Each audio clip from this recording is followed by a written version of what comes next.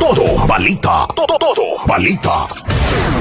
Sugat sa braso at paa ang tinamo ng mag-live-in partner matapos mabiktima ng pananaga sa New Busuan, Kalibo. Kinilala ang mga biktimang sina Arlon Damian, 42 anyos at Tessa Perucho, 31 anyos habang ang suspect naman ay si Roniel Vigno, 31 anyos na kapwa mga taga Magdalena Village. Ayon kay Damian, nakikitira lamang sila sa bahay ng kanyang tiyahin na nanay ng suspect mula pa noong Desyembre 2023. Salaysay pa ng biktima, nagiinuman ang suspect at tatay nito nang dumating siya sa kanilang bahay kaya niyaya siya ng mga ito.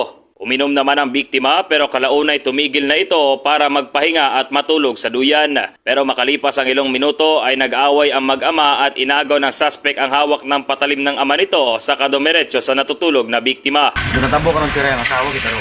Kampilokan niya tabi sa duyan.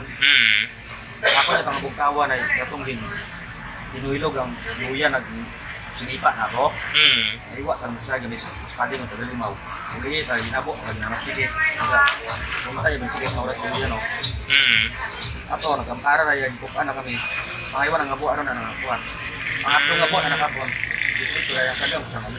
Nagulat na lamang ang biktimang si Damian nang sipain siya ng pinsang suspect. Kaya tumayo ito at doon na siya tinaga ng suspect sa paa at braso. Nadamay pa ang babaeng live-in partner ng biktima at tinaga rin ito sa braso.